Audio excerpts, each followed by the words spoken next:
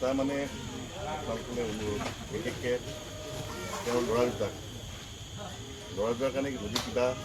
চিন্তা কৰিব পাৰে সেইটোৱে কৰিব লাগে আৰু বেলেগ হ'বলগীয়া নাই আৰু